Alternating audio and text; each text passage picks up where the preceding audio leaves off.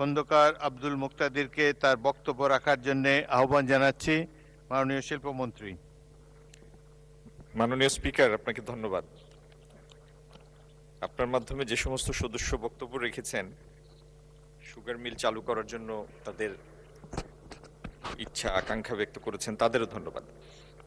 আমার মূল আলোচনায় যাওয়ার আগে মাননীয় স্পিকার, আপনার মাধ্যমে সংসদের জ্ঞাতার্থে আমি কয়েকটি তথ্য দিতে চাই। আমাদের 15টি চিনিকল আছে আমাদের সর্বমোট। বার্ষিক উৎপাদন ক্ষমতা 2,10,000 টন।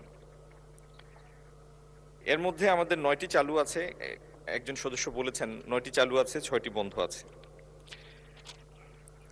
এই মুহূর্তে ব্যাংক ঋণের সুদ বাদে প্রতি কেজির উৎপাদন খরচ পড়ে 181 টাকা, আর সুদ যোগ করলে 260 টাকা পড়ে প্রতি কেজি চিনির মূল্য উৎপাদন খরচ। 31/12/2025 পর্যন্ত এই 15টি মিলের ঋণের পরিমাণ সুদ বাদে 5,217 কোটি টাকা, সুদ সহ 11,427 কোটি টাকা।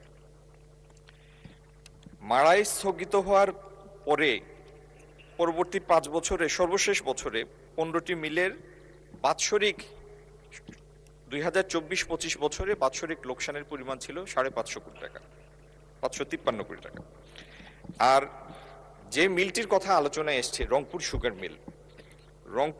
সুগার মিলে চিনিকলের উৎপাদন বন্ধ হওয়ার আগের 5 বছরে 15-16তে লোকসান ছিল 26 কোটি, চালু অবস্থায় বন্ধ অবস্থায় 15-16তে 26 কোটি, 16-17তে 38 কোটি, 17-18তে 51 কোটি, 18-19-এ 60 কোটি, 19-20-এ 52 কোটি।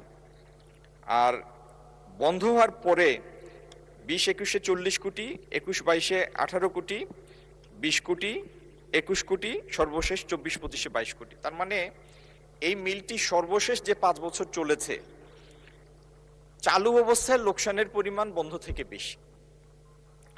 সমস্যাটা হচ্ছে মাননীয় স্পিকার একটি সমস্যা হচ্ছে আখ প্রাপ্তির মানে আখের অপর্যাপ্ততা, এটি একটি সমস্যা।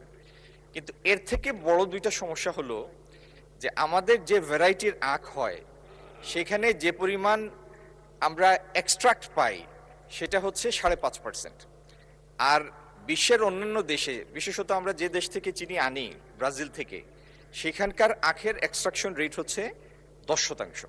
তার মানে একই পরিমাণ আখ মাড়াই করলে আপনি যে পরিমাণ চিনি এইখানে পাবেন তার দ্বিগুণ পাবেন ব্রাজিলে।